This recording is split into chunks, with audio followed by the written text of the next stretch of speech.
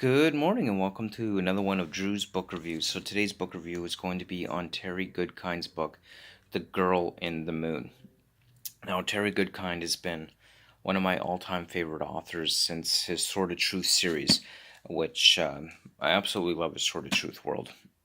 This one is not part of that Sword of Truth world, but rather seems to be a second book in a kind of a new thriller series that Terry Goodkind has written. Now, the first one was Nest. The Girl in the Moon, is the second one that takes place in this new world that he's created, or rather, it's more of just a fiction thriller type book.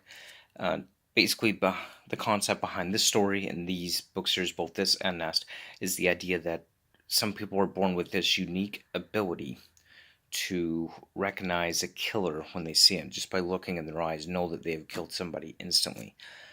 And there's people that can recognize people with this ability, and there are killers who could recognize people with this ability, and those killers are hunting those who can identify and know who they are just by looking at them. And that's kind of the whole concept behind this storyline of books that he has written, first with Nest and now with The Girl in the Moon. Now, I've really come to like Terry Goodkind as a writer, but unfortunately, this series, along with Nest and this book here, just they really fall short of what I would call good writing, especially what I've come to expect from Terry Goodkind with this Sword of Truth series, which admittedly, even the Sword of Truth has perhaps some valid criticisms. But with this one, I have to say I didn't find it to be all that great of writing.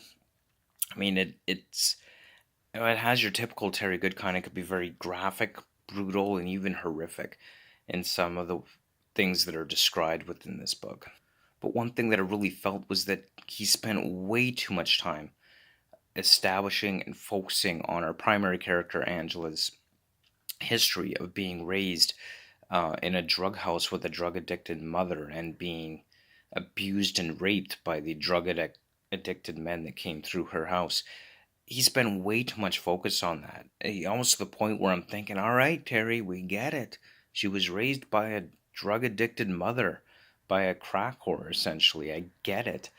We understand that already. We don't need to keep harping and dwelling on that. And it's beyond, it gets really kind of graphic and brutal in his description of what was going on within her household while she was growing up. But I really didn't think we needed that much focus on it. It was overkill, and really found it to be completely unnecessary. Unfortunately, one thing that Terry really misses with this book is that sometimes less is more.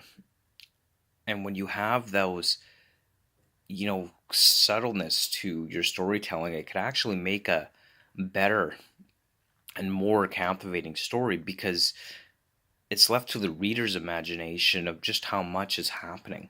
And that can be for better storytelling. We don't necessarily always need it completely spelled out in every graphic detail. Now, one of the things that was also kind of poorly done or just didn't make sense within this book is this idea that our character, Angela, she's taken some pretty brutal actions against the killers that she's encountered. She is the kind of girl who, because of the life she's led, takes her vengeance on these people. She will brutally murder and torture these people to death, going so far as to dismember them and tear their bodies apart after she's done killing them. And she really could be extremely brutal and just torture these people for days on end after she manages to capture them. She kind of gets high and gets a thrill out of doing this. But the thing is, part of this book talks about or mentions that she didn't take her gun with her because carrying a concealed weapon is illegal. And yet, this seems so counterintuitive to the character profile that Terry has created with this character, Angela. She just doesn't strike me as the kind of person that would care one way or the other whether or not carrying a concealed weapon was illegal. And yet, that is the rationale that has been used as to why she didn't take her gun with her in some situations, which seems absolutely preposterous considering the nature of the book, the nature of the story, and the inherent nature of the character that Terry is trying to show us. I mean, she has silencers for her guns, which apparently are stated as being illegal within this book as well. So why the hell would she care one way about whether a concealed weapon was legal or not? Just stupid, ridiculous reasoning. Almost seemed like it was put in there as some kind of political statement. Well, she couldn't carry her gun with her because a concealed weapon's illegal, and now she's in danger, and she could have beat the bad guys if she just had a gun, which is just absolutely ridiculous. It just doesn't fit. Does not fit at all. One of the aspects or plot lines within the story as well is that after our main character Angela manages to foil this terrorist plot, she is shortly thereafter she gets arrested and detained by government authority and questioned and interrogated for being suspected as being part of the terrorist plot. I really felt that that aspect of the story was resolved too easily, too quickly. It honestly didn't seem like it fit effectively within the story, especially considering how much time he spent on establishing her backstory and childhood.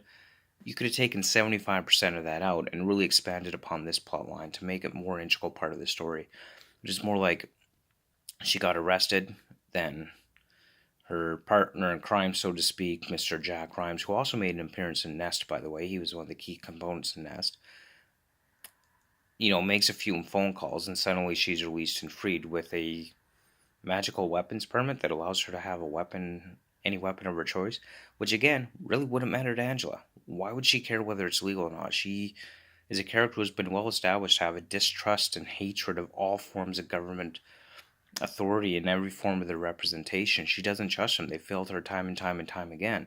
So why would she care what the rules are? It doesn't make sense. Why would having this weapons permit make any difference to Angela or her motivations?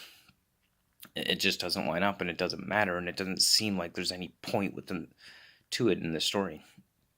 So overall, like, this just wasn't all that well written. There's too many things within the book that simply don't make sense. Now, the latter half of the book I did find I enjoyed a little bit better. I think it was the second half of the book seemed to be a little more well written, more consistent within the storyline, but the first half of the book is where a lot of the failings happen. Now, I could honestly say that if I had never read Terry Goodkind before, and this was my first book by him, then I probably would never pick up another Terry Goodkind book again. And that's unfortunate because I really do enjoy Sword of Truth World, and I thought he did a great job with that series, one of my favorite series. But this new thriller, Recognize a Killer stuff just is not adding up. He's not writing it very well. Poor execution of the storyline. He really needs to stick with what he's good at when all's said and done. And the only way that this one has improved a little bit upon Nest is that at least this one doesn't come off as a lecture on gun control and violence in America. It doesn't come off as a political commentary like Nest did.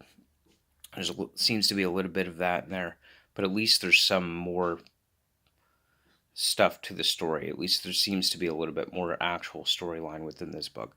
But overall, not a good book. And just really, honestly, disappointed. I thought Terry could do better, and I'm really disappointed that this series of book isn't working out. And whether, if he publishes another one in here, whether I pick it up, I don't know yet. Like I said, The Girl on the Moon is a little bit of an improvement upon Nest. But overall, stick to Sword of Truth, man. Seriously, Terry, if you ever watch this, stick to Sword of Truth. Because this just is not working out. Good effort, good try, I guess. I don't know. But anyway, that's my thoughts on The Girl on the Moon. And, if you're watching this and you've never read Terry Goodkind, don't read this. Go to Sword of Truth. Thank you so much for watching. Really appreciate it. As always, the links to all my social media profiles will be in the description below.